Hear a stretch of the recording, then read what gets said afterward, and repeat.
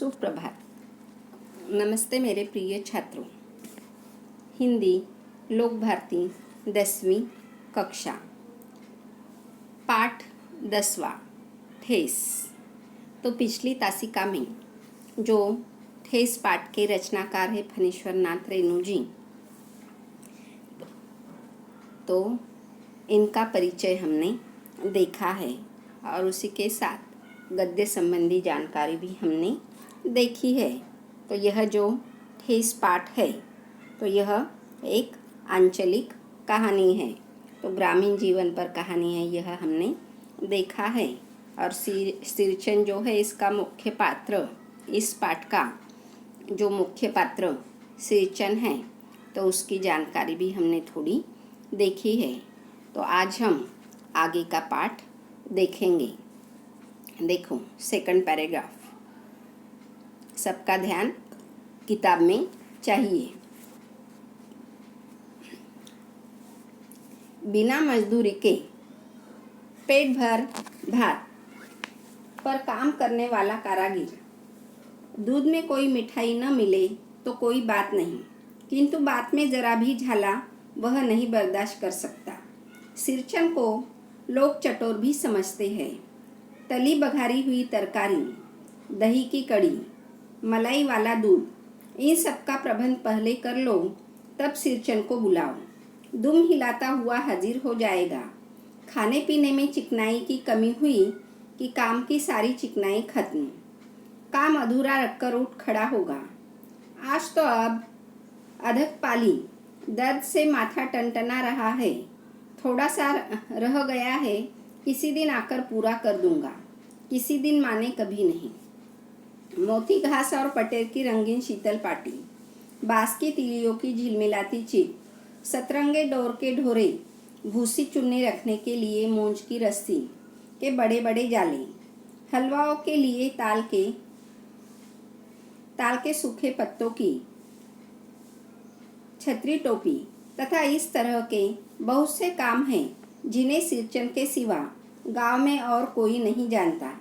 यह दूसरी बात है कि अब गांव में ऐसे कामों को बेकाम काम समझते हैं लोग। बेकाम का काम जिसकी मजदूरी में अनाज या पैसे देने की ज़रूरत नहीं। पेट भर खिला दो, काम पूरा होने पर एकाध पुराना धुराना कपड़ा देकर विदा करूं, वह कुछ भी नहीं बोलेगा, ऐसी बात नहीं। सिरचन को बुलाने वाले जानते हैं, सिरचन बात करने में भी कारगिर है। महाजन टोले के भज्जू महाजन की बेटी सिरचन की बात सुनकर तिलमिला उठी थी। ठहरो, मैं माँ से जाकर कहती हूँ।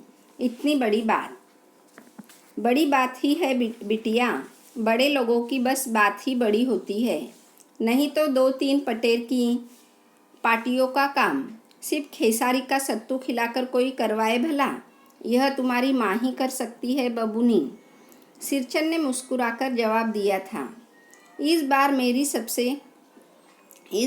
सबसे छोटी बहन पहली बार ससुराल जा रही थी। मानू के दूल्हे ने पहले ही बड़ी भाभी को लिखकर चेतावनी दे दी है। मानू के साथ मिठाई की पतीली न आए, कोई बात नहीं। 3 जोड़ी फैशनेबल चिक और पटेर की 2 शीतल पाटियों के बिना आएगी मानू तो? भाभी ने हंसकर कहा। बेरंग वापस। इसीलिए 1 सप्ताह पहले से ही सिरचन को बुलाकर काम पर तैनात करवा दिया था माँ ने। देखो सिरचन, इस बार नई धोती दूंगी, असली मोहर छाप वाली धोती। मन लगाकर ऐसा काम करूं कि देखने वाले देखते ही रह जाए। पान जैसी पतली छुरी से बांस की तीलियां और कमानियों को चिकनाता हुआ सिरचन अपने काम में लग गया। रंगीन सुतलियों के झब्बे डालकर वह चिक बुनने बैठा। 1.5 हाथ की बिनाई देखकर ही लोग समझ गए कि इस बार एकदम नए फैशन की चीज़ बन रही है। मजली भाभी से नहीं रहा गया। पर्दे की आड़ में बोली, पहले ऐसा जानती कि मोहर छाप वाली धोती देने से ही अच्छी चीज़ बनती है तो भैया को खबर भेज देती। काम में व्यस्त सिरचन के कानों में बात पड़ गई। बोला, मोहर छाप वाली धोती के साथ रेशमी कुर्ता देने पर भी ऐसी चीज़ नहीं बनती बहुरिया। मानो दीदी काकी की सबसे छोटी बेटी है। मानो दीदी का दूल्हा अफसर आदमी है। तो अब देखो, जो सिरचन है तो गांव के जो लोग हैं तो सिरचन को कामचोर कहते हैं और उसी के साथ चटोर भी समझते हैं। तो कामचोर क्यों समझते हैं? तो खेती में यदि उसे मजदूरी के लिए कभी बुलाया जाता है तो वह जब दूसरे मजदूरों का आधा काम होता है तब वह धीरे धीरे कहीं खेत में पहुंच जाता है और धीरे धीरे काम करने लगता है। इसलिए लोग सिरचन को मजदूरी के लिए कभी बुलाते नहीं है।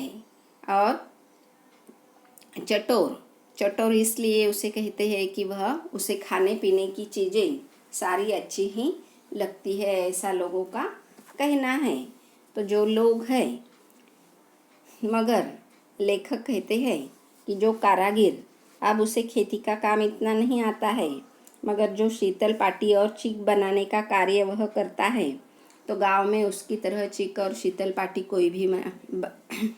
कोई भी जिस तरह से वह बनाता है इतनी अच्छियाँ, तो उसी तरह कोई और बना नहीं सकता है।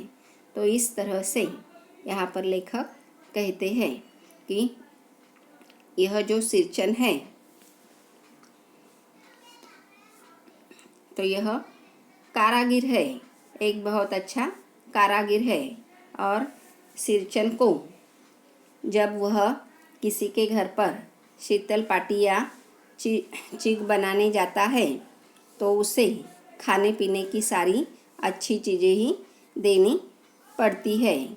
अच्छी अच्छी तरकारी यानी सब्जियाँ, दही से बनी कढ़ी, मलाई वाला दूध, यदि इसका प्रबंध होता है, खाने पीने में अच्छी चीज़ें रहीं तो सिरचन जो है तो वह उसका काम भी बहुत अच्छी तरह से करता है। मगर खाने पीने की जो चीज़ें इससे उसके मन पसंद की नहीं मिलती है तो वह क्या कहता है, अधक पाली यानी आधा सिर में दर्द हो रहा है और बहुत दर्द हो रहा है, इसलिए वह जो शीतल पाटी या चीक बनाने का कार्य है तो वह आधा ही छोड़कर वहाँ पर से जाता है और थोड़ा ही बचा है और किसी दिन आकर मैं यह कर दूँगा, इस तरह से वह कहता है। और वहाँ से जाने के बाद फिर से वह कार्य यानी शीतल पाटी या चीक पूरा करने के लिए नहीं आता है।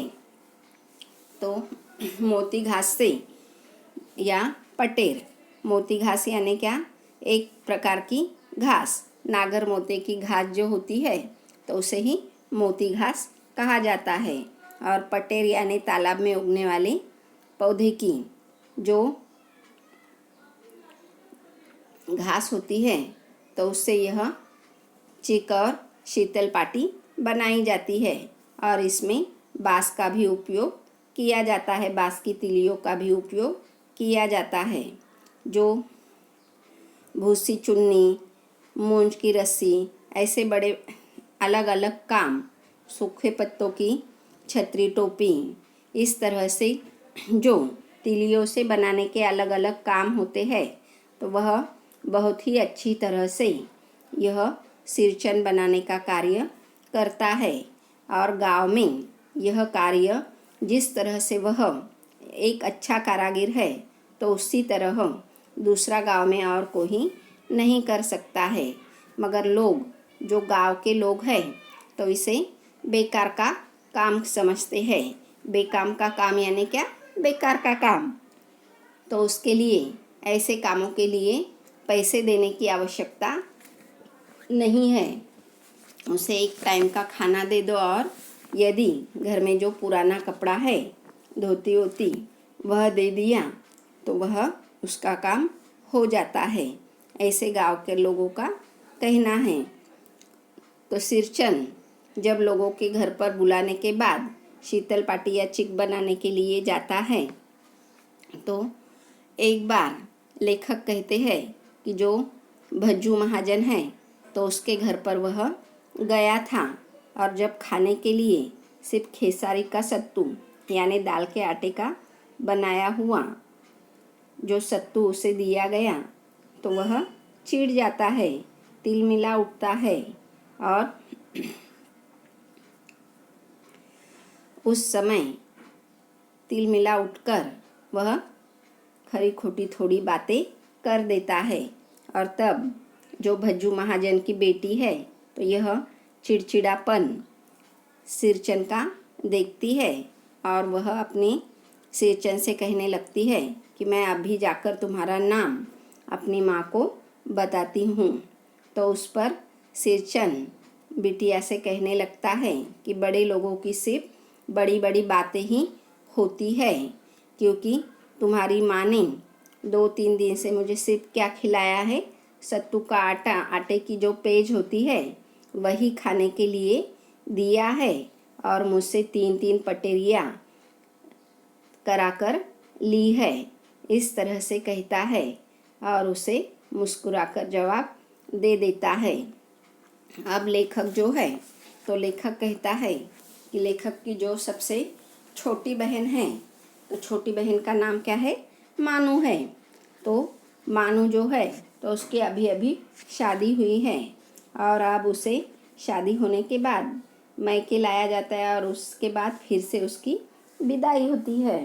तो पहली बार वह मायके से अब ससुराल जाने वाली है। तो उस समय जो मानू का दूल्हा है यानी पति है तो वह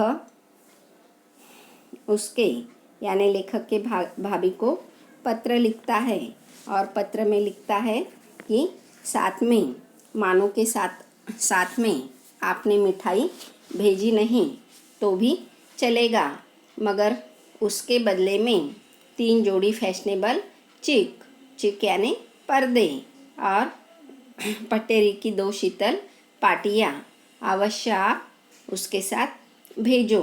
और भाभी उस समय हंसकर कहती है कि नहीं तो बेरंग वापस यानी तुरंत वापस भेज दोगे क्या। इस तरह से वह कहने लगती है पत्र में। तो अब देखो, अब जो मानू दीदी है तो उसके साथ उन्हें 3 फैशनेबल चिक भेजने हैं और 2 शीतल पाटियाँ भेजनी है। तो इस तरह से मानू दीदी का जो दूल्हा है, पति है, तो उसने पत्र में कहा है। और यह पत्र जब पढ़ा जाता है तो लेखक की माँ सिरचन को अपने घर पर बुलाती है। 1 सप्ताह पहले यानी 7 दिन पहले ही वह सिरचन को अपने घर पर बुलाती है और यह काम करने के लिए कहती है कि 2-3 फैशनेबल चिक चाहिए यानी पर्दे बनाने हैं, और 2 शीतल पाटी यानी चटाइयाँ बनानी है। इस तरह से लेखक की माँ सिरचन को कहती है, और यह बनाने के बाद मैं तुम्हें नई मोहर वाली धोती दूंगी, मोहर के छाप वाली धोती दूंगी। इस तरह से वह कहती है उसे।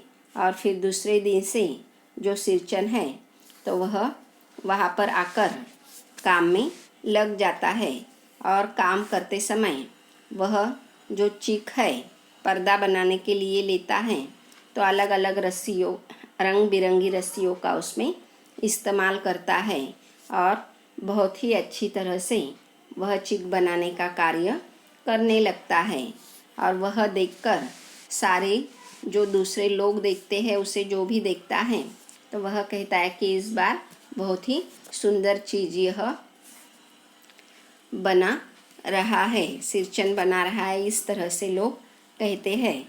और उस पर जो मजली भाभी है लेखक की, वह देखती है तो पर्दे की आड़ से यानी घर के अंदर से वह सिरचन से कहने लगती है कि मैं पहले ही जानती कि मोहर वाली छाप देने पर इतनी सुंदर चिक बनती है, तो मैं तुम्हारे भैया से कह देती कि इसे मोहर वाली छाप की धोती ला दूँ। तो उस पर सिरचन भाभी से जवाब देता है कि मोहर की छाप वाली धोती के लिए ही मैं यह काम इतना अच्छा नहीं कर रहा हूँ। तो बहुरिया, बहुरिया यानी बहू। तो मैं जो मानू दीदी काके की सबसे छोटी बेटी है, सिरचन जो है तो लेखक की माँ को काकी समझता है, और जो मानू है तो उसे वह अपनी बहन समझता है। तो काकी की सबसे छोटी बेटी है और उसका जो दूल्हा है तो वह अप्सर है, इसलिए मैं इतनी सुंदर चीख बना रहा हूँ। इस तरह से वह कहने लगता है। इसके आगे का पाठ अगली तासिका में हम देखेंगे। तो धन्यवाद छात्रों। यह सारा पाठ आपको पढ़ना है।